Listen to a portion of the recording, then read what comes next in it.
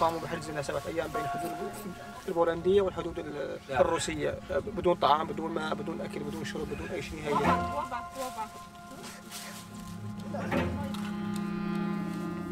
For sure, we know they are dying every day, every night, and there will be more of them dying.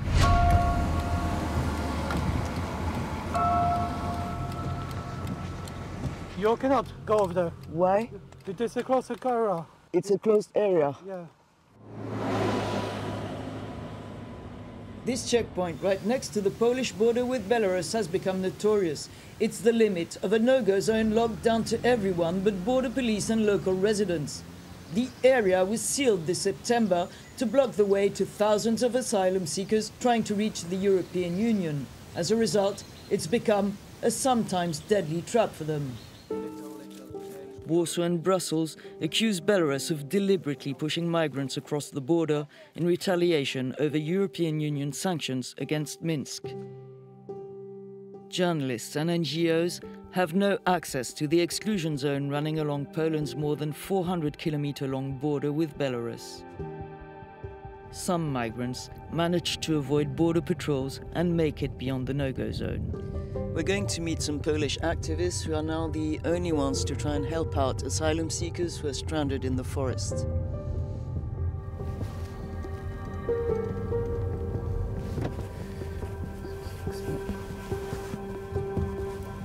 We just saw some clothes lying on the ground.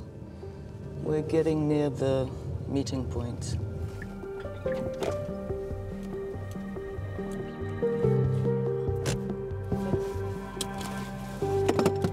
We are planning to take some things, food, sleeping bags and clothes, and we want to deliver it to this man that was contacting us before.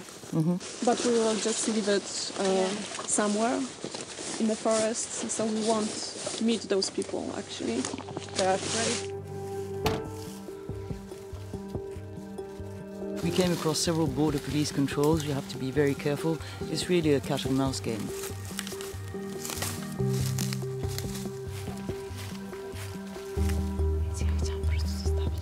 Natalia and Alicia get a message. The group is scattered. There's only one man left, a 19-year-old Afghan. They send him the location at which he can find the goods they leave for him. He's too scared to show up for fear of being caught by the border police. 2 days later, we learn he's been arrested. Chances are high that he was pushed back to Belarus by the Polish border guards. This is what happens to many migrants, as seen on this video issued by the Belarusian Border Authority. Go back! Go back! Go back! The activists have just sent a message. They're going on an intervention about 2 hours away from here, so we need to go fast. It's impossible to know how many people are hiding in and around the Polish no-go zone.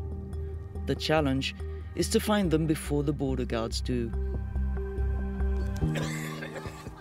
A group of Syrian men made it to the other side of the exclusion zone after spending several days in woods and swamps. Belarus. It's Belarus. ولا مي هيك ولا مي مستنقع كله مستنقعات مي بالليل مشي ما يخلونا نفوت نتدفى دفن هذا جو بولند. One of the men is badly hurt. جسم من البرد صاب جسم وبيلاروس عصاية ضربوه على ظهره بيلاروس جنود ساكر ضربوه على ظهره. The men tell me they fled the regime of Bashar al-Assad in Syria. They say they flew to Belarus with tourist visas before being driven to the border with Poland, hoping to reach the European Union. Instead, they got trapped between both countries' armed forces. بين اسبوع 7 ايام في اطفال صغار ما عندهم لا اكل ولا شرب. انا رجعت على بدي ارجع مسك ضربت من فوق الشيك ضربوني وقتين بالعصايه. وفي كلاب كمان هاي المجموعة كلها الجروب صاروا يضربونا يقولوا جو بولندا. نحن لو السوريين لو مو ضغط ورقة ضغط كان روسيا ما دخلتنا. دائما بالوجه ورقة ضغط عند الغرب عند الأمريكان وعند الروس وعند كل العرب. The group fills in documents so they can have legal representation in Poland. They ask for international protection in front of my camera before Polish border guards come to interrogate them. أريد التقديم إلى حماية دولية. أريد إلى تقديم حماية دولية. أريد أقدم حماية دولية please. The wounded man is taken to hospital.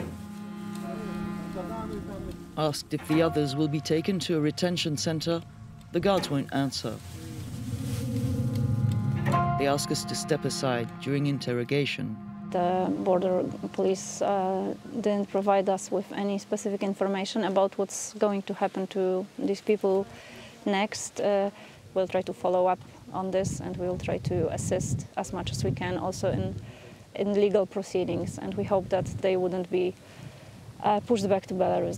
That's what we are hoping for right now. Poland is under fire from the United Nations and the European Union over a new law allowing arbitrary pushbacks. Warsaw claims that most foreigners do not seek asylum in Poland, but rather in Germany, and are being used by Belarus in retaliation over Western sanctions. Minsk, for its part, has suspended an agreement with Brussels to take back migrants. A political tug-of-war of which I get a sample myself. Well, I just got back to my hotel room and I was stunned to find this message from the Polish government. It says, "The Polish border is sealed. Belarus authorities told you lies. Go back to Minsk and don't take any pills from Belarusian soldiers." I had been told that this message was sent to every foreign cell phone near the Belarus border. It's meant for asylum seekers who reach the area, and Warsaw has accused Belarusian soldiers of actually drugging, if not poisoning, asylum seekers before letting them through the border. I found it hard to believe, but this message, in any case, is very real. At least 7 migrants were reported dead in the area. Concern is rising among the Polish local population. The town of Michalowo opened a service center for foreigners at the fire station. Every day, people from across the country come with donations.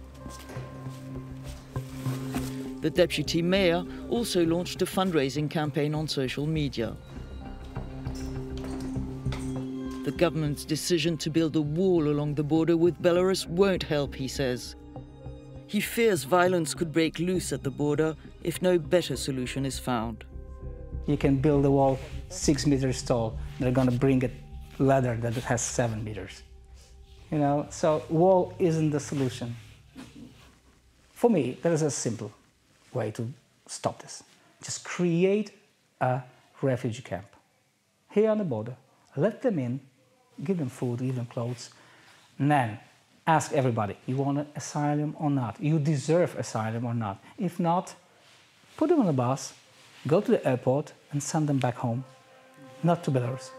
As simply as it is.